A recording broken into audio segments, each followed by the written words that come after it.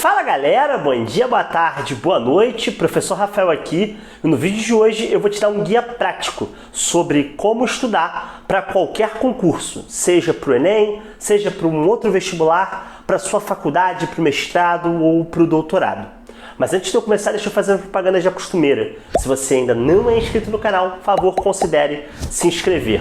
Fazendo isso, você sempre recebe notificação quando eu posto algum vídeo novo. E ativa o sininho para essa notificação vir em tempo real. E não se esquece também de me seguir nas redes sociais, onde eu falo de história e dou uma série de dicas de estudo para vocês, tanto no Twitter como no Instagram, como também no Telegram.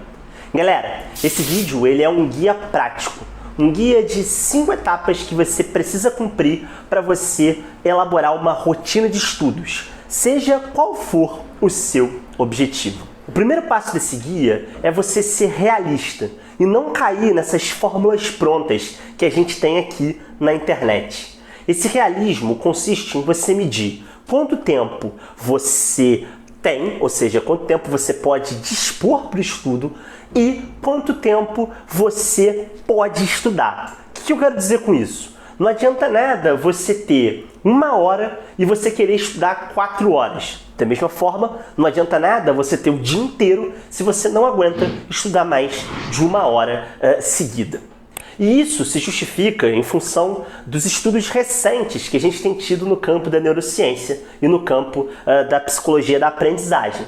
Já está mais do que comprovado que as pessoas não conseguem reter a sua atenção na maior parte dos casos em temas que elas não são muito interessadas por mais de 20 minutos. E é nesse sentido, então, que eu avanço para a minha dica 2, que é a diferença entre estudo passivo e estudo ativo. Você tem que transformar o seu estudo sempre em um estudo ativo. O que eu quero dizer com isso? Quando eu falo em estudo passivo, eu estou falando que você provavelmente vai precisar aprender a teoria de qualquer matéria, seja de história, geografia, de direito, se você está na pós-graduação de alguma matéria da sua pós-graduação, enfim. Você vai precisar memorizar aquela teoria e aprender aquela teoria. Para isso, muitas vezes você vai precisar de uma etapa passiva do aprendizado. Você vai ter que assistir uma videoaula, você vai ter que assistir uma aula do seu professor, você vai ter que ler um texto, você vai ter que ler o seu livro didático. Isso é o que a gente chama de estudo passivo. É nesses momentos em que a gente tem mais dificuldade de se concentrar e que aquela pesquisa que eu citei agora há pouco, ela passa a valer. Ou seja, basicamente a gente tem poucos momentos de atenção, a gente consegue reter a nossa atenção muito pouco tempo.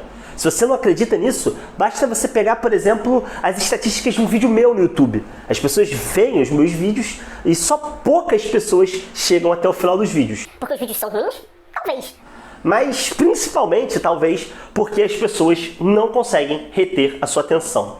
Então, o que eu digo para vocês? Um dos macetes desse guia de estudos é você basicamente transformar estudo passivo em estudo ativo. Sempre que você estiver assistindo uma videoaula, sempre que você estiver lendo um texto, elabore medidas e estratégias a partir das quais você consiga manter a sua atenção. Que estratégias são essas? Fazer anotações. Transforme aquele momento em que você está recebendo o conhecimento em um momento em que você está produzindo alguma coisa.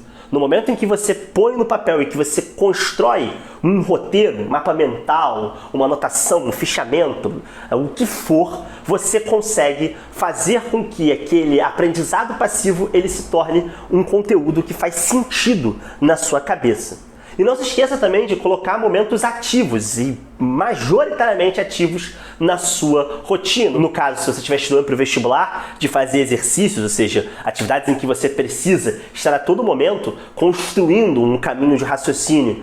Se você estiver no mestrado, por exemplo, de fazer um fichamento ou uma resenha crítica desses textos. Essa alternância entre estudo passivo, de um estudo passivo que se transforma, logicamente, num estudo em que você realiza ações e um estudo ativo vai fazer com que você consiga dar significado para aquelas coisas que você aprende. Mesmo que você ache aquelas matérias um saco. E tendo isso em vista é que eu vou falar do terceiro ponto desse guia prático. Você deve entender os seus limites. Aquilo que funciona para mim, por exemplo, que é esse guia prático, talvez não funcione da mesma forma para você. Eu perguntei lá no Instagram se as pessoas elas tinham métodos de estudo ou aplicativos de estudo para me indicar. As 2 pessoas falaram de uma tal técnica Pomodoro que eu nunca tinha ouvido falar na minha vida. Quando eu fui ler sobre essa técnica para falar aqui no vídeo, eu descobri que eu, Rafael, fazia na época do pré-vestibular, na época do mestrado, algo muito similar. A técnica Pomodoro, basicamente, é você estudar 25 minutos e ter um intervalo de 5 minutos e ir fazendo um ciclo até que você chegue no final do dia. Isso pode funcionar para alguém que tem um alto TDAH, por exemplo, alguém que tem muita dificuldade de concentração. Isso, por exemplo, funcionava para mim. Eu não tenho ideia se eu tenho TDAH ou não, mas... Isso sempre funciona para mim. Ao invés de estudar 25 minutos, na época do pré-vestibular eu estudava 1 hora. E ao invés de ter um intervalo de 5 minutos, eu tinha um intervalo de meia hora. Isso funcionava para mim. Eu fazia muitas vezes vários ciclos desse. E quando era uma matéria que eu gostava mais, como História, que foi o que eu fiz na faculdade, ou Geografia, eu estudava mais tempo com menos intervalos. Então, entenda o que funciona para você. Entenda quais são as técnicas que você consegue se adaptar. Eu recomendo sempre o sistema de estudo, descanso, para você evitar exatamente aquele estudo improdutivo. 25, 30 minutos de estudo passivo, ou seja, de leitura, assistindo uma videoaula, serão muito mais eficientes do que 2 horas vendo uma videoaula de forma seguida, se você não consegue reter a sua concentração. O que funciona para mim também é trabalhar com um sistema de recompensa. Então, por exemplo, na época da minha tese de doutorado, e quando minha mãe tinha falecido e eu trabalhava 50 horas por semana, eu trabalhava com recompensas mais espaçadas e maiores. Então, eu tinha que escrever a tese e eu elaborava lá, que eu ia escrever 4 páginas, e quando eu acabasse de escrever 4 páginas, eu ia tomar um sorvete na sorveteria que tinha embaixo da minha casa. Ou eu escrevia 4 páginas e ia jogar 2 horas de CS, enfim. Você tem que pensar nessas recompensas de forma que você se estimule a estudar cada vez mais. E é muito importante que essas recompensas não se tornem distrações. Na verdade, grande parte dessas pessoas que eu falei que saem dos meus vídeos, elas saem porque elas têm outras distrações e outras coisas que elas acham mais interessantes do que, por exemplo, uma videoaula de história sobre a revolta de Tupac Amaru. Inclusive, se você não assistiu, clica aqui em cima no card, vai lá e assiste toda, por favor. Elas têm outras coisas, portanto, que elas acham mais legais. Elas têm outras distrações. Isso é tranquilo quando você está vendo um vídeo no YouTube aleatório ou quando você está no computador ou no celular. Só que quando você está estudando, isso pode atrapalhar muito. Sobretudo, atrapalhar muito o seu ciclo. Se você se propôs a estudar 1 hora, se você se propôs a estudar 2 horas e você mexe no celular 4, 5 vezes, essas interrupções, elas atrapalham o seu fluxo de aprendizado. O momento do estudo ele tem que ser um momento onde você tem uma certa mindfulness, ou ainda uma mente limpa, que está concentrada no presente. Então, em certo sentido, vocês têm que procurar aplicativos ou funções nos celulares e nos computadores de vocês que evitem essas distrações. Eu recomendo o modo avião. Lá no Instagram, hoje eu fiz um post, por exemplo, sobre o Forest, que é um aplicativo ótimo, que te dá recompensas em plantações de árvore se você não mexer no celular no período que você estipulou para ficar estudando. Então é muito importante que você use o realismo, que é a primeira etapa desse nosso guia, para estabelecer o quê? Para estabelecer um estudo, uma rotina de estudo que seja realizável e que não seja, obviamente, interrompida por qualquer distração externa. E o último passo desse nosso guia prático, 5º passo, é você estabelecer um cronograma.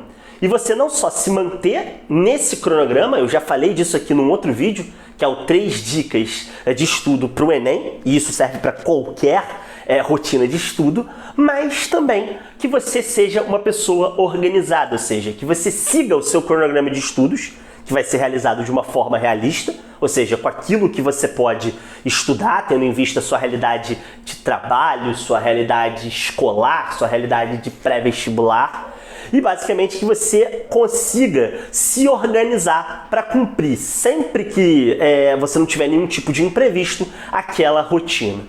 Seguindo essas 5 etapas, você vai criar uma cultura de estudo e vai conseguir aprender mesmo coisas que você tenha muita dificuldade.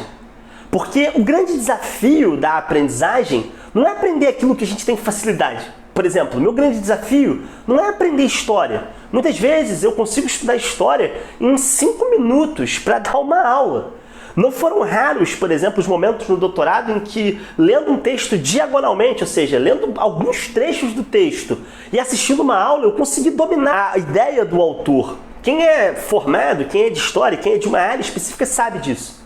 Agora, o nosso grande desafio é estudar coisas que nós não temos muita aptidão. Você pode precisar fazer isso para um concurso público, você pode precisar fazer isso para o Enem, você pode precisar fazer isso para uma pós-graduação, que de repente tem algum tipo de disciplina que você não gosta. Seguindo esse guia prático, você vai conseguir elaborar um método de estudo que seja eficaz para passar por isso. Beleza, galera? Esse foi o nosso guia prático sobre como estudar. Eu espero que vocês tenham gostado. Caso vocês gostem, deixem um joinha aí, compartilhem esse vídeo com mais pessoas e façam essa mensagem chegar a muita gente. Beleza, galera? É isso, um abraço e até a próxima.